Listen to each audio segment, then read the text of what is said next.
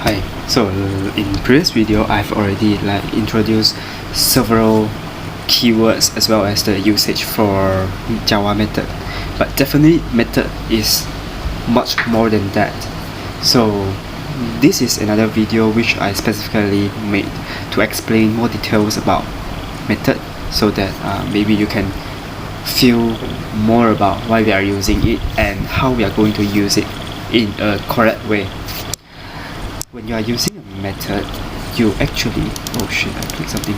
Okay. So you need to remember that the things that you are putting as a parameter. So as I mentioned, this is parameter. So parameter spelled like this. So this parameter that you pass in will be copied. So in Java case, we call the method as pass by value. What it means is that although you are putting something in, right, so this thing will actually be copied to the variable text. So it is not the same variable as the previous ones. So maybe I can use some example for better clarification. Let's say if I have a return something that have a text, right? So let's say I want to change the value of text equals to like hello. Okay, I want to see whether it is permitted for me to do like this or not. Changing the text value and appending the hi. So everything I pass in will supposedly be changed to hello, right? Because I assign it to hello. So let's see. This one we don't have to use it.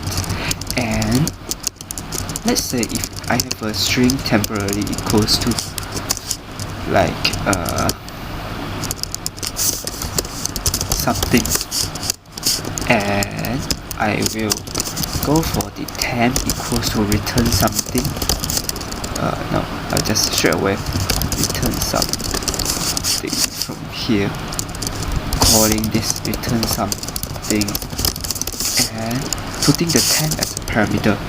So just now we have already seen the case where we pass the string inside, then we can appending. How about we changing the value directly here? Will it affect the temp itself? I will print the temp after I do the operation to see what value temp is holding. Yeah. So let's compile it. And wow, as you can see, the first one returns something TMP. It returns hello hi, as the text value become hello and plus hi, the value become hello hi. But after that, if we attempt to print the temp again, actually the temp value is still the same. It's still something. Even though we already changed it here, but it's still something. Why is it happening? So as I mentioned just now, this TMP is actually a different variable to text, even though if we name it as the same name. So for example, TMP. Yeah. Supposedly things with the same name are referring to the same variable, right? But because we are passing by value, so it is still the different variable, although it has the same name. So this is a tricky part of method. If you want to change any item here, when you are passing by value, I mentioned passing by value, you can think of something like a parameter as a string, as an integer, as a double, as character, or any kind of the primitive type, or yeah, excluding string. All the primitive types are, when you're passing in, that it will be passing by value.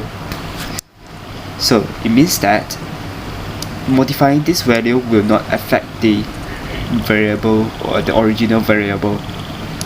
In order to update the original variable, we are going to use reassignment.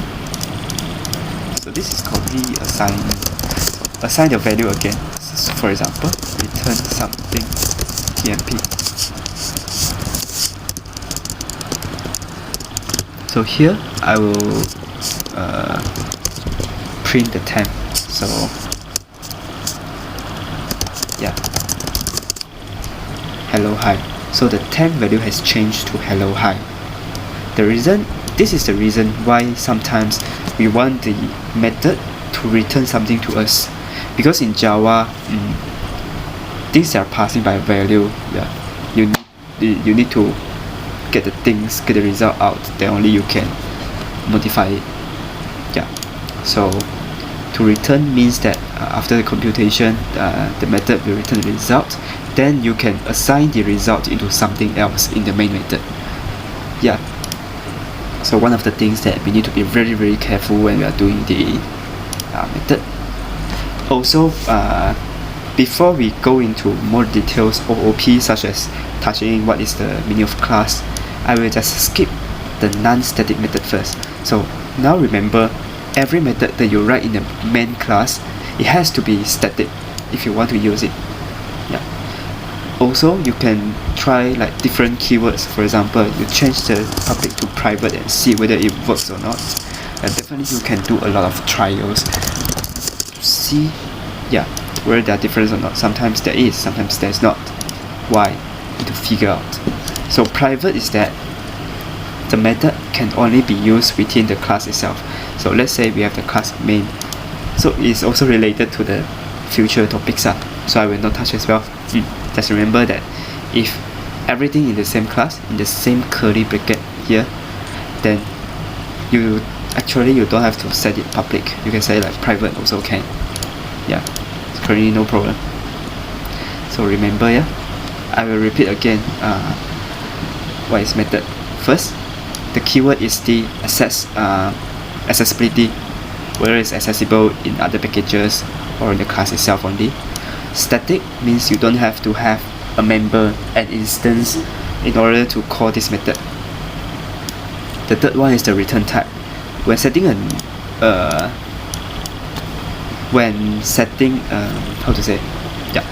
void, you don't have to return anything.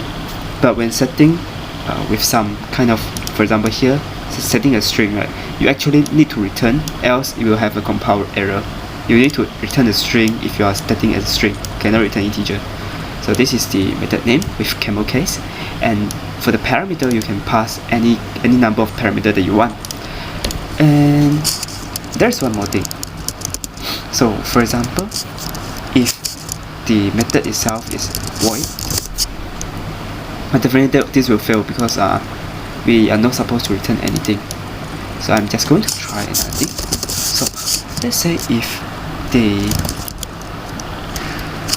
length of the temp, the string length, is equal to 7, then I will return. So what is the meaning of return in void? So just now we have shown that if the return type is string, we need to return a string. So if it is void, it means it can do like this, return nothing with a semicolon only.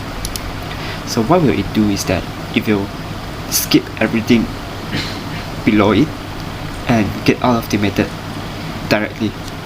So if we have a system out somewhere here, so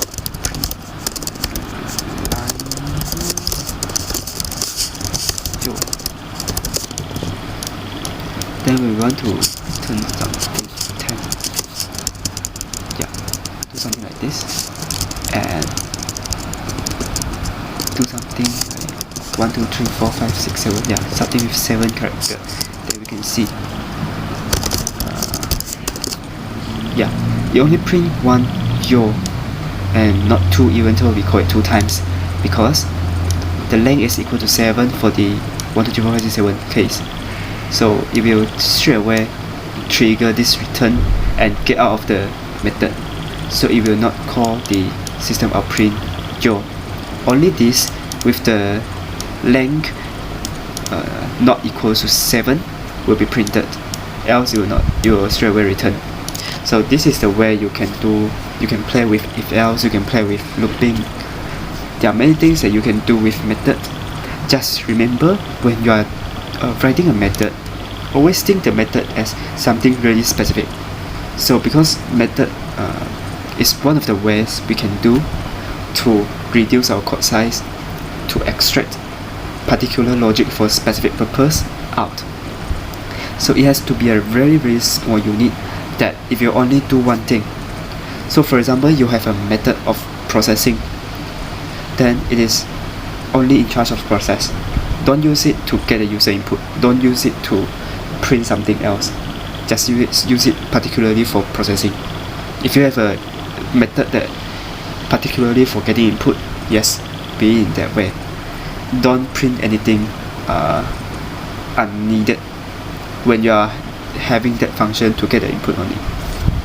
Same goes to like for the printing and so on. So make sure that your method has a clearly defined purpose. Yeah. Also name it in a way that people can easily understand what is this used for, and so on and so forth. Yeah. So that is the first step of object-oriented programming, which is a very useful and really important topic in Java. After this, we'll go into a bigger picture that's talking about classes, talking about all these object-oriented concepts, which we will be using a lot of times in the, like I say, in entire career of programmer. That's it. See you next time.